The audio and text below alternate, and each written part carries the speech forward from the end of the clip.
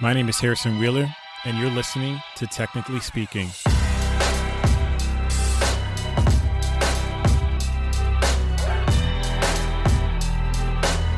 In this episode, I sit down with Andre Wright, co-founder of Humanize My Hoodie, based in Iowa City, Iowa, and Minneapolis, Minnesota. The mission of Humanize My Hoodie reads, the Humanize My Hoodie movement originated from a demand to end the killing of Black and Indigenous people across the world. As descendants of slaves, we recognize how hoodies have been used to amplify the myth of Black criminality. Our mission is to debunk that stereotype by designing revolutionary campaigns for Black and Indigenous people of color to be humanized, not criminalized. I sit down with Andre to discuss the origins of Humanize My Hoodie, his personal journey through this movement, and how design plays a role in activism. Well, I'm Andre Wright, co-founder of Humanize My Hoodie, fashion activist, author, husband of one, father of three, community leader, someone with a lot of morals and values, someone who's found purpose, somebody who can be looked at as a symbol of hope, inspiration, all those different things, man. You know, at the end of that, I put I'm a Black man with a hard period, especially at this time. It's really good to really just put a hard period at that. It just feels good to be Black right now. Everybody who Black right now feel liberated. So everybody Black right now, man, should be feeling like, royalty, you know what I mean, or gold, like, especially with all the treatment we've gotten all these years, man. Everybody's screaming Black Lives Matter now. So, feel good. How did you get to where you're at today in finding your voice in Humanize My Hoodie, and how has that evolved over time? I think for me, I saw a lot of injustices as a child. I mean, I was talking to my mother probably 2 weeks ago. And she's, I was just telling her, like, like, you guys moved us out of a predominantly Black neighborhood and, for us to escape prison. Right. So, because essentially it's the people that we're surrounded around in our environment that allows us to get into those things we're not supposed to get into. And when I was talking to her, I said, but you took us and put us in a predominantly white neighborhood thinking that it would be better for us. But we dealt with racism at a young age. And because of that situation, I've always felt like I had to fight in some kind of way, whether it be like just being better than the next person like this in this kind of way, like sharpening my skills, whether it be like using my art as a way to, attack things.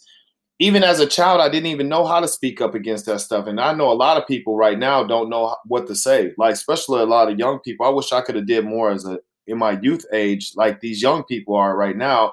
I wish I was more like that. I wasn't like that as a youth, but I always felt it. I always felt like I could do something, you know what I'm saying? So when I got a chance to get the stage and like my platforms, as they started to evolve, I started to do really bold stuff, like in Iowa City, where it's 90% white. I would do shows that would be like called All Black Everything. And I would hire only Black models. I would only bring on only Black designers, only Black photographers. And I was making a stand. I was just deliberately saying, man, on my watch, I'm not gonna allow you guys to not pay attention to us. And I'm gonna use every ounce of power I have to make sure that we're seen. And so I was just using my gifts and my talents, and just using historical things and bringing it to light. And I think where the purpose aligned is when Jason made a post, and I've been friends with Jason since care myself, and being grateful for what I have, really, is kind of what I walked away with it, because it was really a horrible experience. I was down. I mean, I still kind of went to meetings, I still taught, but I was really out of it. And that's why I talk about the sense of time and really not knowing, because I feel like the month of March for me is a blur. Has that changed sort of how you even think about accessible design? And you've been doing a lot of talks in the past. Like, has that changed your approach on the subject matter when you're talking about it? Well, I think one of the things that's been exposed with this pandemic and people being Yeah. able to work from home is that you can open the doors for people with disabilities to work. There's Hmm. no excuse now for people not to work from home, right? Let people work from home if they need to work from home. Yeah. I know there are certain jobs you can't do that, but a lot of the companies who are saying, oh, we can't, you can, and you have, and you've done it now. So this means hopefully this will open up some doors, but this this situation has also opened up a lot of systematic oppression issues around just, again, the socioeconomic, disability. A lot of those areas are really showing their true colors. So that would be for another day that I'm trying to Yeah. I'm trying to write on this whole, I'm going to call it connecting the dots, but I don't know Yeah. exactly how, but there's so many systems in place that are not benefiting the people that they should be, and they're Right. benefiting others, and just a lot of unfairness in the world. Would you say that those Uh, themes are parallel across the board, right? I know we've talking about accessibilities from a disability perspective or an ability perspective, but it seems like a lot of those same things would carry on into like socioeconomic differences as well. oh yeah. Um, why do you think we haven't crossed that path where these things are intersecting in a conversation? Because I mean, there's lots of reasons. It's not one. Yeah, I think it's a very yeah, layered issue when you start to really dig and get into it. But we have to own up to our responsibility and everybody's responsibility. I mean, I read Malcolm Gladwell's Talking with Strangers, yeah. and he talks about that we're all complicit in what's going on in the world. Hmm. And so those times you say no to things, or those times that you say yes to things that you know maybe you shouldn't, or you go along with something and for the sake of keeping your job. I mean, there are certain things that we have to do in order to survive, right? Right, But when we as a collective are complicit in what's going on in the world, if we really want things to be better, things can get better. right. It's, do we want it? Can we own up to the fact that we haven't been as good as we say we've been? Admit to our mistakes, learn from them, and then move forward. I mean, it's a challenge for everybody. Yeah. Well, I'm excited to hear more of your thoughts on that. And I think the topic of accessibility, folks getting into it, I think it's actually a great start to head down that pathway, if you will. And I think too, there's opportunity in many different areas, right?